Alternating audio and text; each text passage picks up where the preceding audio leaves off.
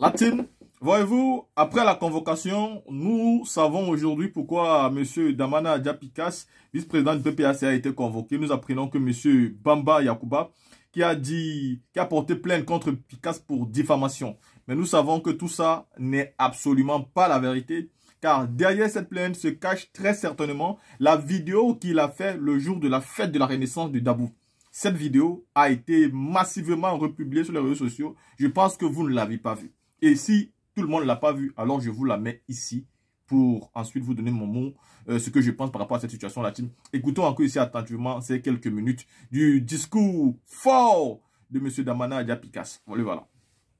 Après avoir écouté cette vidéo, vous convenez avec moi que c'est cette vidéo. Avant de commencer véritablement mon propos, je voulais saluer les hommes de Dieu. Parce que tout ce que nous faisons est sous l'autorité divine. Ils étaient venus sur la place publique pour prier.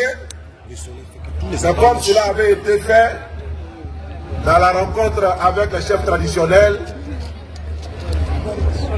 On leur a demandé de se retirer. Et donc, ils n'ont pas pu faire la prière sur la place publique. Je voudrais les saluer et les remercier pour toutes les prières, aussi bien de la part de la communauté musulmane que de la part de la communauté chrétienne, qu'ils ont bien voulu faire à l'endroit de la Côte d'Ivoire, à l'endroit du président Laurent Gbagbo. Merci aux autorités religieuses. Monsieur le Président, nous voici à Dabou. À Dabou, mais pas à n'importe quelle date. Nous voici à Dabou un 11 avril. Un 11 avril.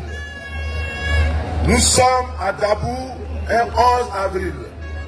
Deux symboles qui ont marqué votre carrière politique.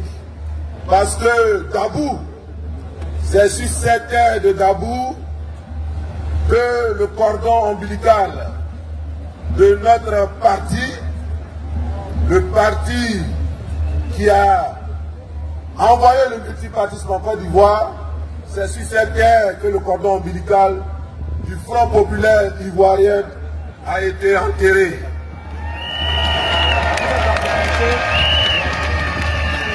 Donc Dabou, c'est chez nous.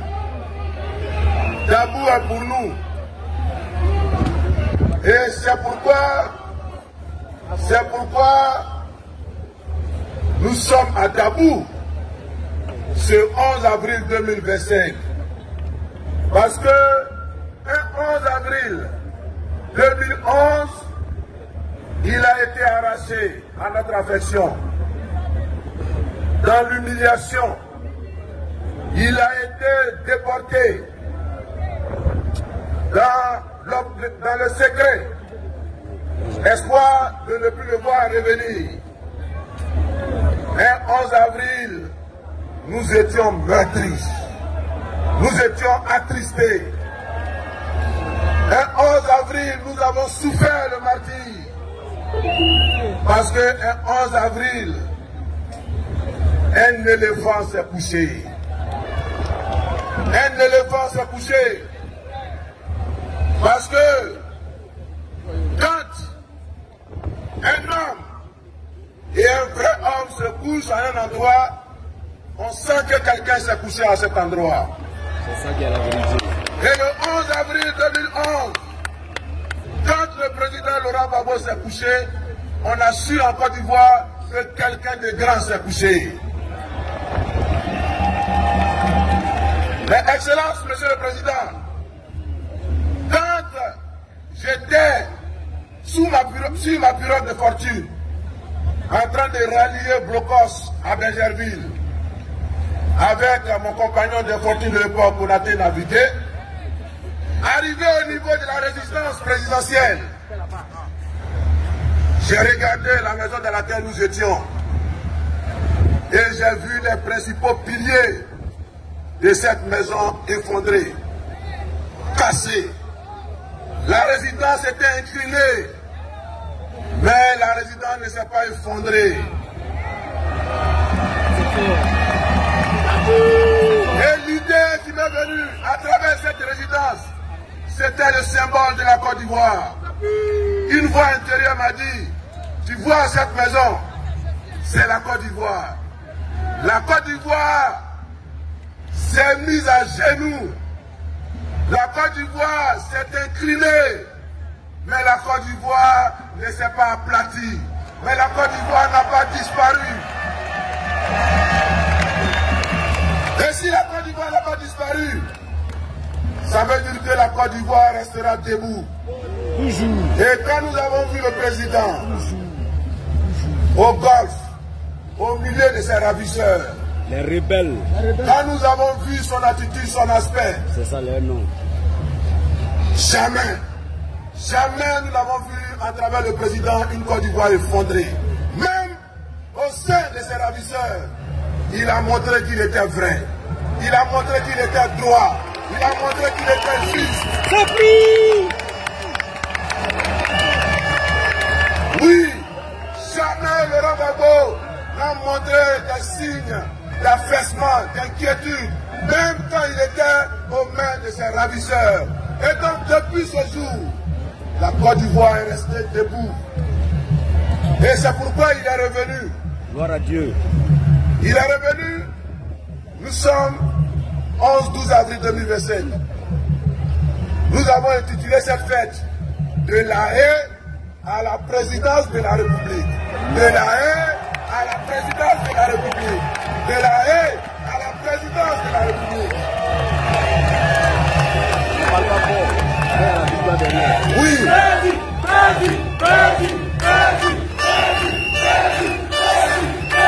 Saluez le président. Saluez le président.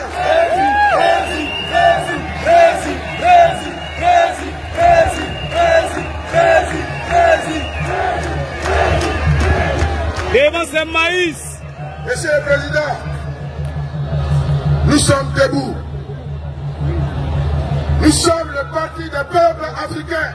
Et Monsieur le Président, vous avez inauguré une ère en Afrique. Une ère de résistance. Une ère de dignité. Ils ont cru qu'en vous enlevant, ils allaient étouffer cette graine. Malgré le fait qu'on vous a déporté, mais cette graine a commencé à produire ses fruits un peu partout en Afrique. Cette graine a produit ses fruits au Burkina. Cette graine a produit ses fruits au Mali. Cette graine a produit ses fruits au Niger. Cette graine a produit ses fruits au Tchad. Cette graine est en train d'envahir l'Afrique.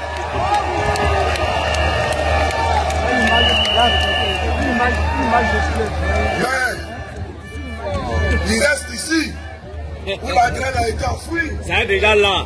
Il reste ici où la graine a été enfouie. Et l'éclosion de cette graine dépend de vous.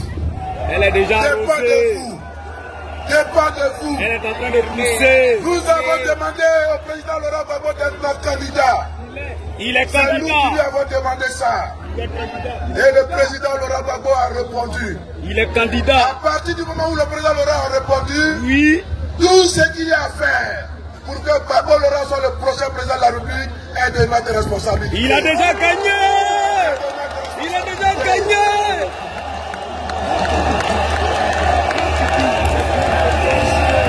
Oui. Est-ce que vous êtes prêts? Si lui n'est pas président, il n'y a pas président en Côte d'Ivoire. Est-ce que vous êtes prêts? Oui. Est-ce que vous êtes prêts? Oui.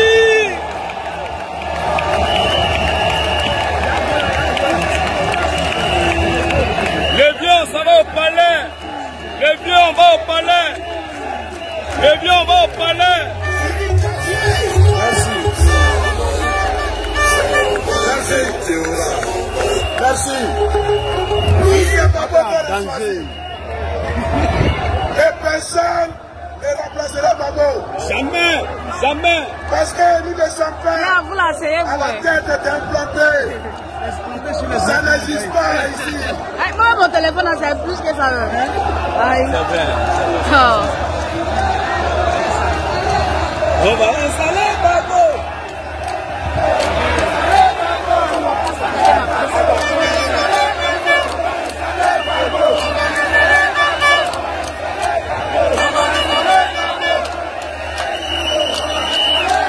Merci. Merci. Je le disais, pour terminer, quand nous ne cherchons pas de plan B, parce que nous ne sommes pas à la recherche d'un candidat. Mais comment des gens qui ont un candidat, on leur demande de trouver un candidat. Nous ne sommes pas à la recherche d'un candidat, parce que la Côte d'Ivoire même n'a pas besoin d'un candidat. La Côte d'Ivoire n'a pas besoin d'un remplaçant à M. Alassane Ouattara. La Côte d'Ivoire n'a pas besoin d'un simple président constitutionnel. Oui. Non! La Côte d'Ivoire a besoin de quelqu'un. La Côte d'Ivoire a besoin de quelqu'un à son précis de son histoire. C'est ça. Pour être non seulement le président, oui, mais pour être un papa à tous. Un père à tous. Woody! Oui, c'est de ça que la Côte d'Ivoire a besoin. Claire. La Côte d'Ivoire a besoin de quelqu'un qui va diriger la Côte d'Ivoire pour ses partisans, mais aussi qui va diriger la Côte d'Ivoire pour ses non-partisans. La Côte d'Ivoire a besoin de quelqu'un qui a démontré son amour, son attachement, son sens du sacrifice, son sens du devoir. La Côte d'Ivoire a besoin donc de Laurent Gbagbo.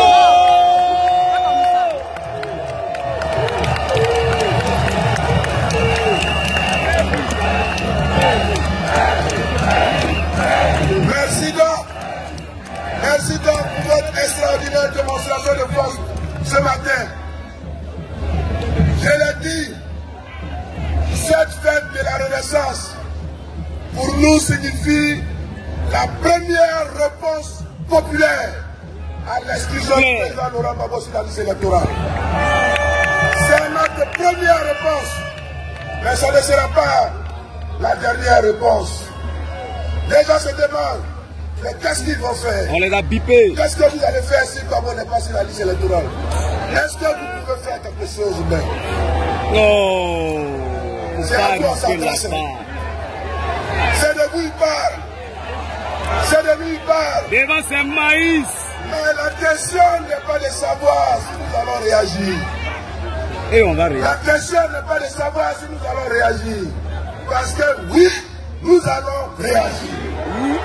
C'est clair. Oui. Nous allons réagir. La seule question qu'on doit se poser, c'est quand nous allons réagir. Mais le temps où nous allons réagir dépend de nous. C'est ça. Donc, chers amis, je vous salue, je vous remercie. Je termine en saluant tout le comité d'organisation de cette fête. Ça n'a pas été facile. Vous voyez, on a entouré des palmerains. Ils ont cru que, en nous envoyant loin de la ville, ça allait nous dissuader. On s'est trop arrangé les choses. On va partir là-bas. Même si vous nous envoyez dans un trou de rats. On va faire ça. Nous allons transformer ce trou de rats en paradis du panafricanisme. On va remplir ça à Gogo. Le comité d'organisation, le comité local d'organisation, conduit par le secrétaire général adjoint, Blaise Lave, et toute son équipe. Je les salue. Ils ont fait du travail extraordinaire. Je salue également la direction du parti, la direction exécutive, le ministre Talon Guégué, le secrétaire général JID, qui ont été de toutes les tâches, qui nous ont suivis et qui nous ont apporté au moment où il fallait ce qu'il fallait. Je voudrais les remercier. Je voudrais aussi saluer le président de la tournée Kokoko, qui a été pour nous comme un père et qui a dû nous débloquer les situations quand ce n'était pas facile. Je salue toute cette mobilisation. Que Dieu vous bénisse. Que Dieu bénisse la Côte d'Ivoire. Que Dieu bénisse le président Laurent Vous convenez avec moi que c'est cette vidéo qui doit sans doute avoir touché le RADP. Et ils sont sortis. Parce que M. Bamba Yakuba, ce n'est pas aujourd'hui que tu t'es rendu compte qu'on a parlé de toi sur Live TV. Monsieur le vice-président du PPACI est passé sur Live TV, ça fait au moins 2 semaines aujourd'hui. Donc tu as avec le temps de porter plainte. Et on sait que quand on porte plainte contre l'opposition, bah, la police réagit souvent très vite. Hein. Tout le monde réagit très vite pour mettre à mal, n'est-ce pas, les partis d'opposition. Mais pourquoi tout ce temps? Bah, parce que ça n'a rien à voir. Ça n'a rien à voir. Ce n'est pas parce qu'il est sorti sur Live TV. C'est parce qu'il faut tout simplement intimider. Aujourd'hui, vous savez, ils savent que quelqu'un qui a une voix qui porte, quelqu'un qui a une voix de mobilisation, c'est Damana Adjapikas. Ce sont les quoi Justin. Mais ce n'est pas seulement eux qui ont les voix qui portent PPACI. Aujourd'hui, on a par exemple Steve Biko, qui aujourd'hui, quand il parle, tout le monde est content. On a les Bless Lams qui parlent. Le PPACI est rempli de personnes qui peuvent porter la voix. Dans les mobilisations, là, tout le monde peut le faire. Aujourd'hui, ils veulent fémer la voix, n'est-ce pas, du vice-président Damana Adjapikas. Mais c'est un homme courageux. C'est un homme déterminé. C'est un homme qui a décidé de combattre. Vous allez lutter. Vous pensez que quoi? Que ça sera facile pour vous? Vous-même, vous avez dit, par la voix de M. Cissé Ibrahim Bakongo, que Cissé Ibrahim, Cissé Ibrahim Bakongo, qu'une opposition est faite pour combattre. Que quand vous avez le pouvoir, on ne va pas te laisser gouverner tranquillement. Maintenant, vous avez des opposants qui veulent vous combattre sur le terrain de la communication et ça vous énerve. Vous convoquez le monsieur pour l'intimider, mais vous n'allez pas intimider un corps fort du PPACI et vous n'allez pas nous empêcher de nous mobiliser. En fait, ils pensent qu'ils vont pousser le PPACI à se mobiliser à leur temps voulu. Mais non, non, non, non, non. Le PPACI sait à quel moment ils vont faire les mobilisations. Nous allons suivre notre programme parce que nous avons un leader. Le président Laurent Gbagbo a un programme bien fait et de manière minutieuse. Faut pas vous précipiter. Faut pas vous presser et ne vous posez pas la question pourquoi le PPACI ne sort pas. Non. La politique, chaque chose est faite à son temps. Et quand vous avez un leader, écoutez et suivez. Parce que s'il est leader, c'est parce qu'il a une vision que nous, on n'a pas. Il voit plus loin que le bout de son nez, mais nous sommes souvent limités au bout de notre nez. Donc, ne vous inquiétez pas. Ils vont intimider. Ils vont même peut-être arrêter. Mais ça ne changera rien à la détermination et à l'envie du PPACI de se battre. Vous pouvez faire tout ce que vous voulez. Les mobilisations vont se faire et vous serez obligés de vivre ça du plus profond de vous. Les élections de 2025, si la CEI ne change pas, une chose est sûre, rappelez les en Côte d'Ivoire. Et puis, il n'y a pas de débat dedans. La team, voilà que vous avez vu cette vidéo-là. Et je suis sûr que vous convenez avec moi que ce n'est pas la plainte de Bamba Yakuba. C'est simplement la sortie du ministre Damana Adjapikas qui aujourd'hui fait peur, n'est-ce pas, au parti au pouvoir et il veut encore intimider un peu plus que ce qu'il avait déjà comme une intimidation sur sa tête.